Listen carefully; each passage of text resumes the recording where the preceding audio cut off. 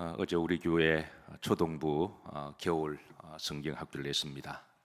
제 시장 예배 때 아이들에게 간단하게 인사도 하고 축복도 하고 또 교회 오고 가면서 이제 우리 아이들을 만나고 그렇게 했는데요.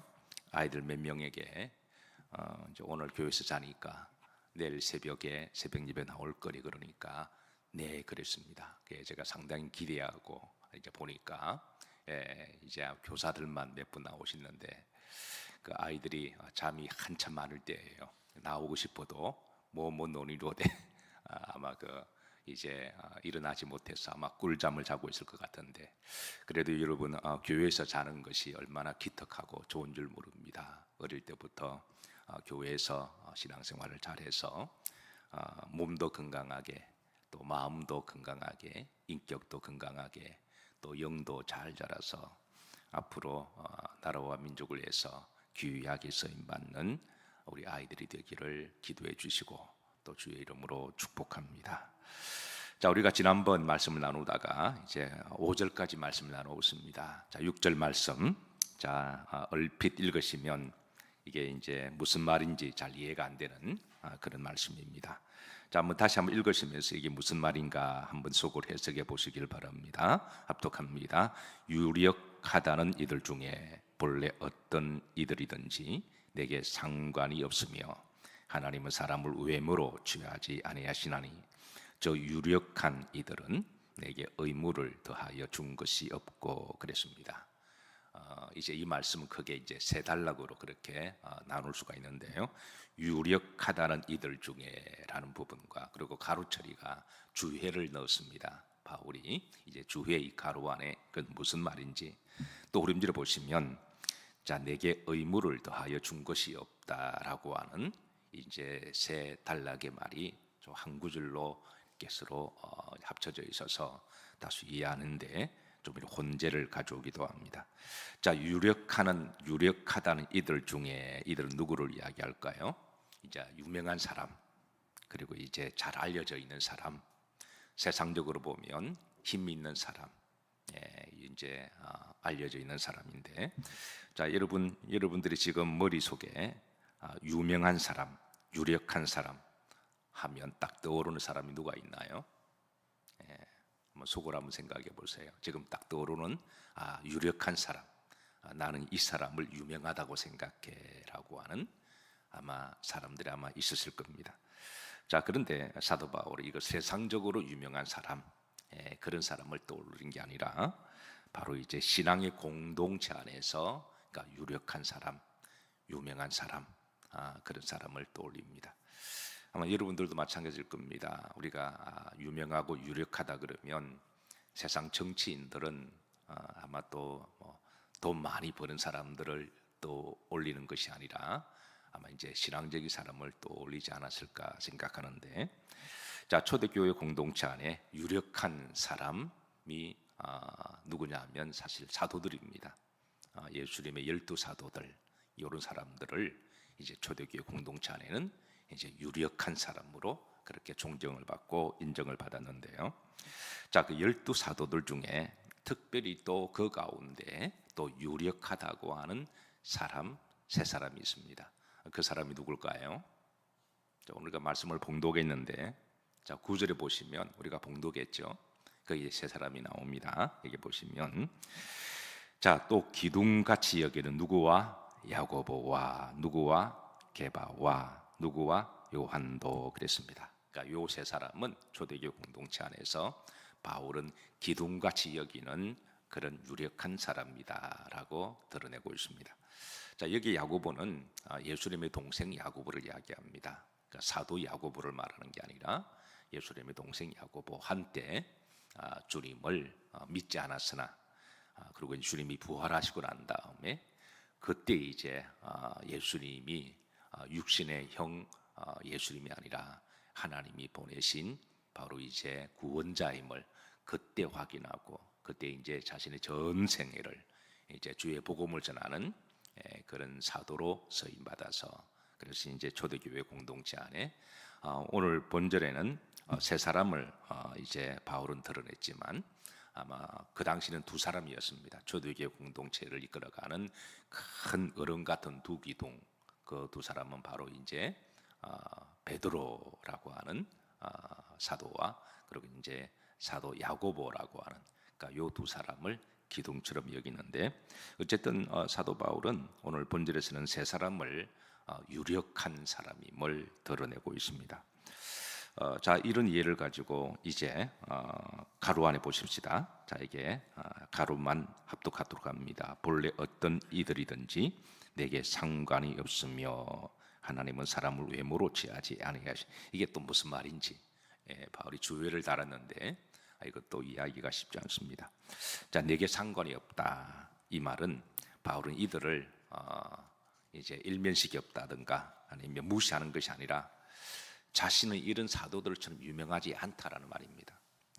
그런 사도들은 존귀한 분들이고 아직 초대교회 초창기만 하더라도 사도 바울은 그렇게 유명하지 않았습니다. 이제 그 전까지는 주님을 핍박하는 그런 사람이었다가 다메섹 도상에서 부활하신 주님을 체험하고 그가 급작스럽게 회심을 하였기 때문에 아직까지 많은 사람들이 바울의 회심에 대해서 진정성에 대하여 의심하는 사람들이 들어 있었습니다. 그래서 아직은 그때만 하더라도 바울은 잘 알려지지 않는 그런 유력한 사람은 아니었기 때문에 그래 자기들은 그런 사도들처럼 그런 유력하고 유명한 그런 사람들과 관계가 없는 사람이다. 그렇게 이제 드러내면서, 자, 그러나 이제 하나님은 뭐로 취하지 아니하신다? 외모로 취하지 아니하시고, 그리고 이제 그 내면을 보신다라고 하는 거죠. 자신은 비록 유명한 사람은 아니지만 그러나 하나님은 자기 마음을 아셔서 누구보다도 복음에 대한 열정, 예수님에 대한 사랑, 그리고 남은 생애를 정말 하나님 헌신하기로 그렇게 마음을 다지만 내 마음은 하나님은 아시니, 그래서 외모로 취하지 아니하시고 나는 비록 그들에 비해서 이제 사실 초대교회 때 사도라는 호칭은 누구에게 쓰느냐면 다음 세 가지가 충족될 때 사도라는 호칭을 불러줬습니다. 그러니까 첫 번째 예수님이 직접 부른 제자들입니다. 나를 따라오라 그럴 때에 직접 부른 제자고, 두 번째 주님의 그 3년 동안 따라다녔던 제자들이어야 합니다. 그리고 세 번째가 주님의 부활을 직접 목격한 사람. 이런 세 가지가 충족될 때 사도라고 불러주었거든요. 근데 사도 바울은 여기에서 이제 두 가지가 충족이 안 됩니다. 주님이 직접 부른 적도 없고요. 그리고 주님을 따라다닌 적도 없잖아요. 근데 세 번째는 해당됩니다. 부활하신 주님을 다메섹에서 만났잖아요. 그래서 초대교회 사람들이 정한 초대교회 공동체 안에 사도들에 대한 호칭에 대해서 이제 따지면 사도 바울은 자신은 늘 부적격함을 그렇게 인지하고 있었던 거죠. 그러나 그런 이제 자격은 사람이 정한 것이고, 근데 바울이 성령 안에서 주님을 만나고 난 다음에 사람을 이런 어떤 기준이나 외모로 취하지 아니하시고 누구보다도 주님에 대한 헌신, 그리고 주님에 대한 사랑, 복음에 대한 열정, 그거를 누구보다도 다른 사도들과 비교해 볼 때는 나름대로 이 자부심이 있었던 거죠. 그리고 바울을 아는 사람들은 뭐 충분히 그런 부분을 인정하는데 어떤 초대교회는 인정을 받지 못하는 때에, 그러나 바울은 여기에 대해서 이제 위축당하지 아니하고 그건 사람들이 정한 거니까, 그러나 자기 마음은 하나님이 사도로 부르셨고 사도로 불러셨기에 이제 누구보다도 이제 외적인 평가보다도 내면을 보시는 하나님의 뜻을 따라 이제 오직 하나님만 바라보고 사도의 직분을 끝까지 잘 사명 감당하고 세월이 지나서 역사가 평가하고 또 하나님이 또 평가하실 때는 12사도들보다도 사실 사도 바울이 훨씬 더 귀한 일을 했고 또 복음의 전령자가 되었고 또 하나님의 귀한 일을 했음을 우리는 이제는 알고, 이제는 여러분들이 12사도 이름은 다 몰라도 사도 바울은 잘 아시잖아요. 그래서 이제 사도 바울은 그런 부분에 대해서 이제 이야기합니다. 내가 별로 남들이 알아주지 않아도, 내가 유명하지 않아도 하나님 외모로 보시지 아니하시고 내면을 보시는 하나님.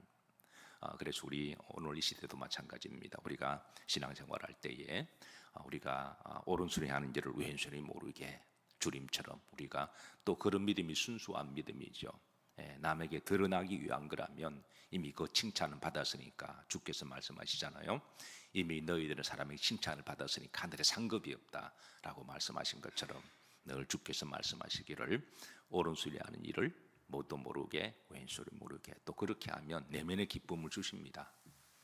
누가 알아주지 않아도 오히려 알아주는 게 부담스러워요. 아니, 나는 주님 보고 있는데 왜 자꾸 나한테 칭찬을 하지? 내가 그걸 바라보고 한 것도 아니고 나는 오직 주님의 영광을 위하여 주의 기쁨을 위하여 엄밀하게 하는 기쁨과 즐거움이 있잖아요. 또 남들이 알아주지 하늘의 상급이 있고 내가 칭찬받고 있고 내가 뭐 다 퉁쳐버렸으니까. 근데 그런 것이 이제 신실하게 믿는 사람들에게서는 아무런 그게 기준이 안 되는 거예요. 정말 순수하게 믿음 생활하는 사람들은 그 자체가 순수했고 그리고 오직 하나님의 영광을 위하여 오히려 남들이 알아주는 것을 약간 좀 부담스러워하는 그래서 알아주지 않아도 전혀 문제가 되지 아니하고 오히려 알아주지 않는 게 내면의 기쁨을 깊이 간직하면서 주님 앞에 그거로 기쁨을 공유하고 즐거워하며 모든 영광 올려드리고 그리고 싹 잊어버리고 그리고 모든 것을 내가 한 것을 바울처럼 다 잊어버리고 그리고 계속 믿음으로 달려나가다 보면 참 그 믿음이 귀한 거죠. 바울은 그렇게 했고 그래서 하나님은 바울을 알아주셨습니다. 그래서 우리도 알아주잖아요. 그래서 우리가 믿음 생활할 때에 이런 신앙의 어떤 기초를 잘 다져놓는 것은 매우 중요한 일입니다.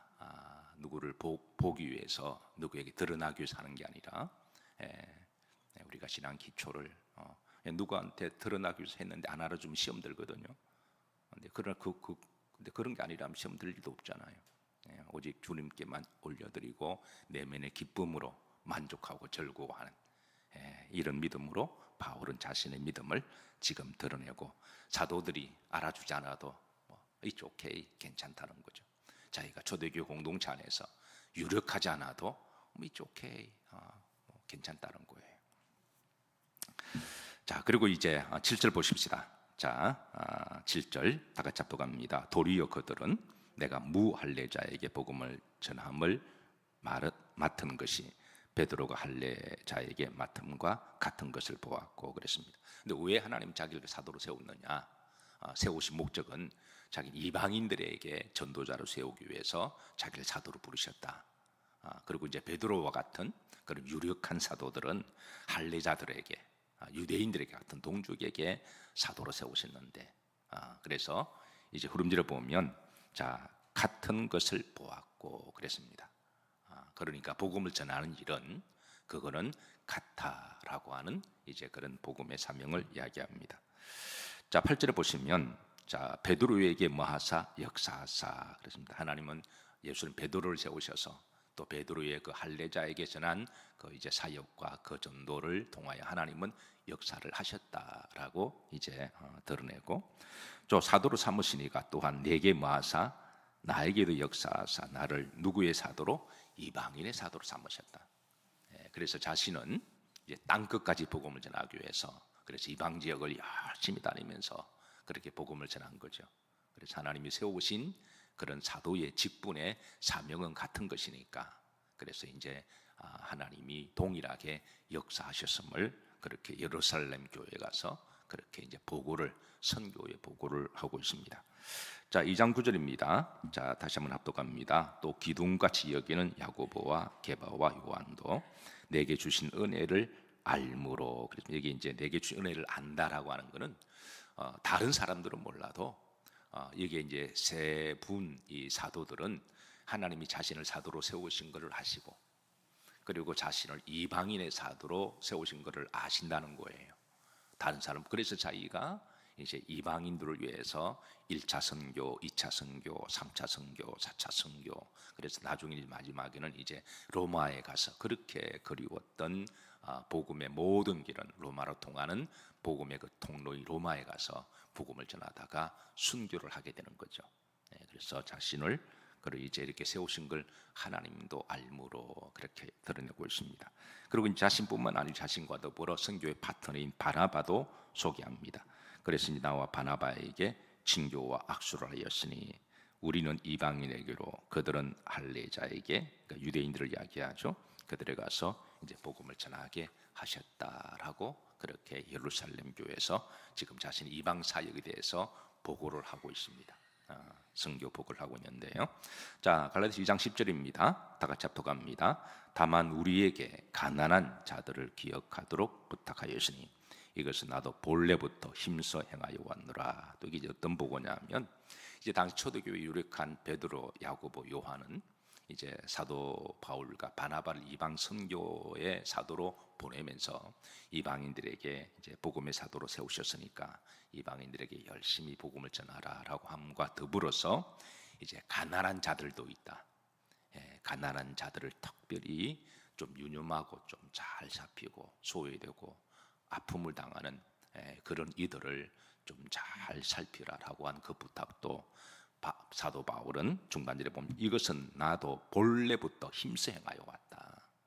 그러니까 이제 전도할 때 돈 있는 사람 그리고 힘 있는 사람 이런 사람만 골라가서 전도한 게 아니라 오히려 가난하고 힘들고 소외되고 아픈 사람들을 이런 사람들을 더 관심을 가지고 그들에게 복음을 전하고 또 그들을 어떤 식으로 이렇게 사랑과 동정을 하는 이런 신앙인의 자세, 이런 신앙인의 따뜻한 마음은 바울은 원래부터 있었고 또 사도 베드로도 그리고 야고보도 요한도 그런 어려운 사람들을 없다고 무시하거나 함부로 대하지 말고 그 사람 잘 존중해주고 오히려 더 하나님의 사랑으로 따뜻하게 맞이해줘서 그들에게 복음을 전하고 잘 케어하라고 하는 참 이런 점에 있어서는 보면 사도들이 다 훌륭하신 분들입니다.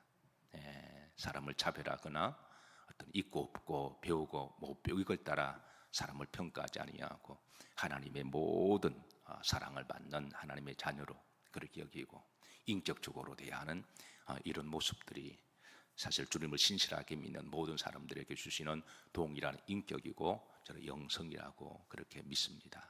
그래서 이런 보고들을 이제 사도 바울은 그동안 이방인 지역에서 열심히 누구 못지않게 이제 헌신했음을 드러내고 그리고 또 하나님이 자기를 사도로 세우셨고 그리고 자기에게도 많은 역사가 일어났고 많은 사람들이 이제 주님께로 들어왔고 그 가운데 특별히 힘들고 어렵고 가난한 사람들이 많은 위로를 받았음을 그렇게 이 예루살렘의 선교 보고하는 이런 보고가 우리들도 한 주 동안 우리가 열심히 우리 삶의 현장에 살아가서 우리가 주의 날에 주께 와서 이제 좀 예배 드릴 때에 하나님 여러분 다 기도하시잖아요. 오셔서 기도하실 때 하나님 한 주 잘 살았습니다. 하나님 감사했습니다. 한 주도 건강하도록 잘 지켜주셨고 그리고 한 주도 우리가 주의 이름을 드러내고 주의 이름으로 오른손에 한 것을 왼손도 모르게 했고 그리고 선한 영향력을 미치고 힘들고 어려운 사람 말 한마디라도 좀 따뜻하게 해주고 내 삶의 자리에서 복음을 전하고 인격적으로 살고 남에게 유익이 되고 남을 세우고 남을 축복하는 이런 것들을 우리가 한 주를 시작하면서 하나님 아름다운 보고를 드린다면 하나님이 뭐라고 하실까요? 잘했다 착하고 충성된 종아 내가 적은 일에 충성하였으니 내가 많은 것을 내게 맡기겠노라 그렇게 위로하시고 축복하시리라고 저는 그렇게 믿습니다. 저는 우리 영일교회가 성도들이 예배 드릴 때마다 하나님 앞에 아름다운 보고를 많이 올려드렸으면 좋겠어요.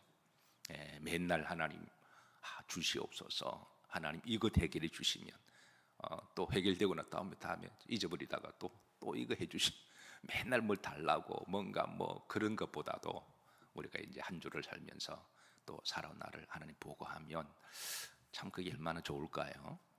그리고 또 이제 하나님 한 주를 또 주셨는데 이번 한 주도 주님과 동행하고 주의 이름으로 선한 일을 많이 하게 하시고 또 주신 사명 잘 감당하게 하시고 또 이렇게 복음의 통로가 되게 하시고 또 기쁘고 감사하게 건강하게 또 한 주도 열심히 달려가게 할 수 있도록 나에게 필요한 덤의 복을 때를 따라 주셔서 마음껏 주의 일을 할 수 있도록 우리가 이렇게 보고드리고 또 기도한다면 소망이 재단을 쌓는다면 참 얼마나 좋을까 생각하고 또 한평생 이런 예배의 복이 여러분 가운데 있으시기를 주의 이름으로 축복합니다.